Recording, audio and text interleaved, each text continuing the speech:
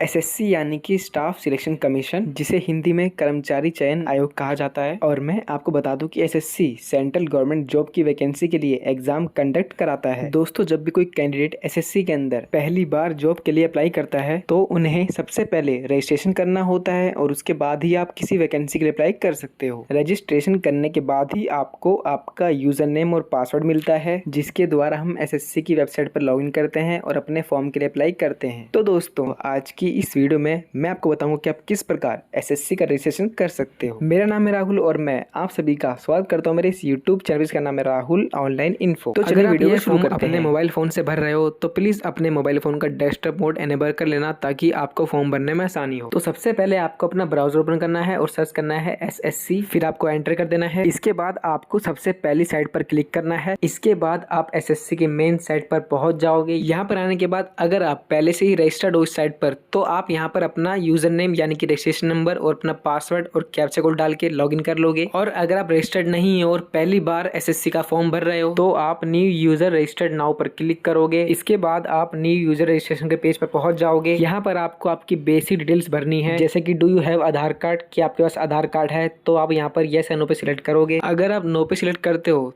तो आपको यहाँ पर टाइप ऑफ आईडी के अंदर कोई दूसरी आईडी सिलेक्ट करनी होगी, जैसे कि driving licence, employment ID, PAN card, passport, school college ID card और वोटर आईडी कार्ड। जैसे मान लीजिए अगर आप पैन का सिलेक्ट करते हो तो आपको आईडी नंबर के ऑप्शन में आपका पैन कार्ड नंबर फिल करना होगा। और अगर आपके पास आधार कार्ड है तो आप यहाँ पर do you have Aadhaar card पे यस कीजिए और उसके बाद आप आधार नंबर में अपना आधार नंबर फिल कर दीजिए। आधार नंबर फिल करने के बाद आपको वेरीफाई आधार नंबर में आकर फिर से अपना आधार नंबर भर देना है। इसके बाद नेम के ऑप्शन में आपको अपना नेम भर देना है और ध्यान रखना कि आपको जो नाम भरना है वो आपकी 10th की मार्कशीट के हिसाब से ही होना चाहिए। और साथ भी यह कहा गया है कि आप प्लीज अपने नाम के आगे Shri, Shrimati, mister, Mrs, miss, doctor या फिर प्रोफेसर ना लगाएं। आपको सिर्फ आपका नाम भरना है 10th की मार्कशीट के हिसाब से। इसके बाद वेरीफाई नेम के ऑप्शन में आकर आपको फिर से अपना नेम भर देना है। इसके बाद आपसे पूछा गया है कि have you ever change name, कि क्या आपका कभी नाम बदला गया है। तो आपको यहाँ पर येस या नो सिलेक्ट करना है।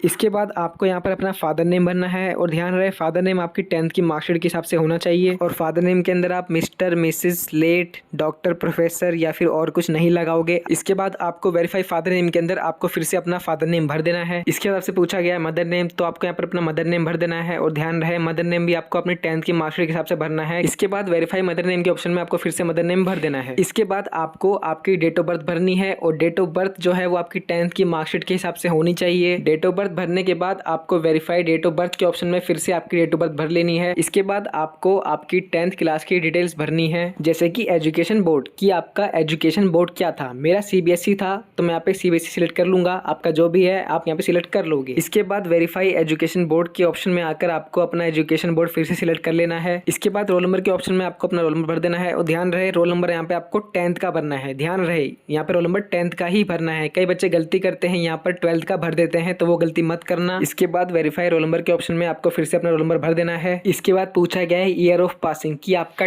10th का पासिंग ईयर क्या था, आपने कौन से साल के अंदर 10th क्लास पास की थी। आपको यह आपकी मार्कशीट पर लिखा मिल जाएगा, आप वहां देखकर भर सकते हो। इसके बाद वेरीफाई ईयर ऑफ पासिंग में आपको फिर से अपना पासिंग ईयर सिलेक्ट कर लेना है। इसके बाद पूछा गया है जेंडर, तो आपको अपना जेंडर सिलेक्ट कर लेना है। इसके बाद वेरीफाई जेंडर के ऑप्शन में आपको फिर से अपना जेंडर सिलेक्ट कर लेना है। इसके बाद आपसे पूछा गया है लेवल ऑफ एजुकेशनल क्वालिफिकेशन, कि आपकी हाईएस्ट क्वालिफिकेशन क्या है। तो जो भी आपकी क्वालिफिकेशन है आपको सिलेक्ट कर लेनी है, जैसे कि 10th, 12th, diploma, graduation, post graduate, PhD आपको सिलेक्ट कर लेना है। इसके बाद आपसे पूछा गया है आपका मोबाइल नंबर, तो आपको यहाँ पर अपना वैलिड मोबाइल नंबर भर देना है जो कि आप यूज कर रहे हो, क्योंकि इस पे ओटीपी आएगा। और इसके बाद है वेरीफाई मोबाइल नंबर, तो यहाँ पर आपको फिर से अपना मोबाइल नंबर भर देना है। और इसके बाद है ईमेल आईडी, तो आपको यहाँ पर अपनी ईमेल आईडी डाल देनी है जो कि आप यूज कर रहे हो, क्योंकि कोई भी नोटिफिकेशन आएगा तो इसी के द्वारा आपके पास आएगा। इसके बाद वेरीफाई ईमेल आईडी के ऑप्शन में आपको फिर से अपनी ईमेल आईडी भर देनी है। इसके बाद आपसे पूछा गया है state UT of permanent address, तो इसमें आपको बताना है कि जो आपका परमानेंट एड्रेस है वो किस स्टेट में है। यहाँ पर आपको अपना स्टेट चुन लेना है। सभी डिटेल्स भरने के बाद आपको सेव पर क्लिक करना है। इसके बाद आपके सामने एक पॉपअप आएगा जिसमें लिखा है कि प्लीज आप अपनी मेल आईडी और फोन नंबर कंफर्म कर लीजिए, उसके बाद ही फॉर्म सबमिट करिए, क्योंकि ये फॉर्म सबमिट होने से पहले आपके जीमेल आईडी और मोबाइल पर एक ओटीपी आएगा, उसके बाद ये फॉर्म सबमिट हो पाएगा। तो आपको आपका मोबाइल नंबर और जीमेल आईडी चेक कर लेनी है और इसके बाद आपको कंफर्म पर क्लिक करना है। इसके बाद आपके सामने एक पॉपअप आएगा जिसमें लिखा है कि आपका रजिस्ट्रेशन फॉर्म आधा कंप्लीट हो गया है और आपको रजिस्ट्रेशन का पूरा फॉर्म 14 दिन के अंदर भरना है, वरना आपकी डिटेल्स ऑटोमेटिकली जो भी आपने भरी है अभी फॉर्म के अंदर वो सब डिलीट हो जाएंगे। तो यहाँ पर आपको क्लोज पर क्लिक करना है। यहाँ पर आपको फिर से बताया गया है कि आपका रजिस्ट्रेशन फॉर्म आधा भरा है और इसको पूरा भरने के लिए आपके पास 14 दिन का टाइम है। आप 14 दिन के अंदर नहीं भरोगे तो आपका रजिस्ट्रेशन फॉर्म ऑटोमेटिक डिलीट हो जाएगा। तो चलिए हम रजिस्ट्रेशन फॉर्म को पूरा भर लेते हैं। रजिस्ट्रेशन फॉर्म को पूरा भरने के लिए आपके पास एक रजिस्ट्रेशन नंबर जनरेट हुआ है और लॉगिन करने के लिए जो पासवर्ड है वो आपकी मोबाइल नंबर या फिर जीमेल आईडी के ऊपर भेज दिया गया है। इसके बाद आपको ओके पे क्लिक करना है। इसके बाद आप लॉगिन पेज पर पहुंच जाओगे। इसके बाद आपको यूजर नेम के अंदर वही रजिस्ट्रेशन नंबर डालना है जो भी जनरेट हुआ था और पासवर्ड आपकी जीमेल आईडी या फिर आपके मोबाइल फोन पर आ गया होगा। आपको वही पासवर्ड यहाँ पे टाइप कर देना है और कैप्चा कोड फिल करके लॉगिन पर क्लिक करना है। यहाँ पर आपको लिखा मिलेगा कि यह आपका पहला लॉगिन है, तो आप यहाँ पर अपना पासवर्ड है जो वो चेंज कर लीजिए।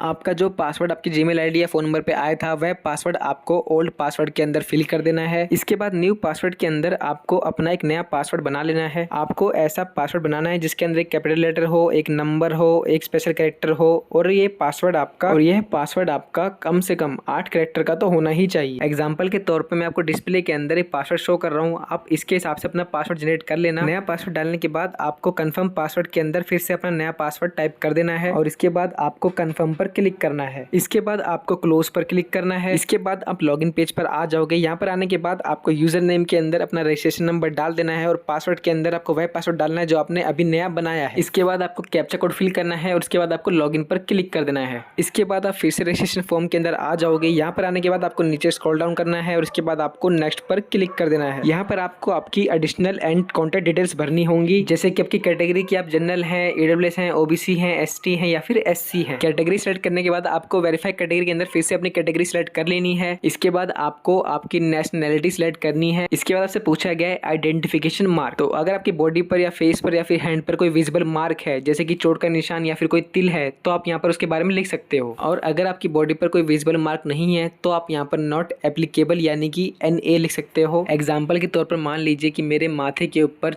चोट का या फिर कट का निशान है तो मैं यहाँ पे उसके बारे में टाइप कर दूंगा। और इसके बाद आपसे पूछा गया है कि are you a person with benchmark disability यानी कि PWBD। तो अगर आपको किसी प्रकार की डिसेबिलिटी है तो आप यस पर सिलेक्ट करोगे और इसके बाद आपको आपकी डिसेबिलिटी का प्रकार बताना होगा और अगर आपको कोई डिसेबिलिटी नहीं है तो आप यहाँ पर नो पे क्लिक कर दोगे। इसके बाद आपसे पूछा गया है आपका परमानेंट एड्रेस, तो यहाँ पर आपको आपका परमानेंट एड्रेस भर देना है। फिर आपको आपका स्टेट सिलेक्ट करना है। इसके बाद आपको आपके परमानेंट एड्रेस का डिस्ट्रिक्ट सिलेक्ट करना है और इसके बाद आपको आपके एरिया का पिन कोड भरना है। और इसके बाद आपसे पूछा गया है कि क्या आपका प्रेजेंट और परमानेंट एड्रेस सेम है। अगर आप यस पे सिलेक्ट करते हो तो आपको आपका प्रेजेंट एड्रेस नहीं भरना पड़ेगा और अगर आपका प्रेजेंट और परमानेंट एड्रेस अलग है तो आप यहाँ पर नो पे क्लिक कर दीजिए और इसके बाद आप यहाँ पर अपने प्रेजेंट एड्रेस की डिटेल्स भर दीजिए और इसके बाद आप सेव पर क्लिक कर दीजिए। इसके बाद आपकी additional and contact details save हो जाएंगी। आपको क्लोज पर क्लिक करना है। इसके बाद आपको डिक्लेरेशन के नीचे दिए गए आई एग्री पर क्लिक करना है और इसके बाद आपको फाइनल सबमिट पर क्लिक कर देना है। इसके बाद आपके मोबाइल फोन या फिर जीमेल आईडी पर एक OTP आया होगा, वह OTP आपको यहाँ पर डाल देना है। आपको मेल आईडी या फिर फोन का दोनों में से कोई भी एक का OTP यहाँ पे डाल देना है और उसके बाद आपको कैप्चा कोड डालना है और सबमिट पर क्लिक कर देना है। इसके बाद आपका रजिस्ट्रेशन कंप्लीट हो जाएगा। तो अब आप SSC की किसी भी पोस्ट के लिए अप्लाई कर सकते हो। इसके बाद आपको यहाँ ओके पे क्लिक करना है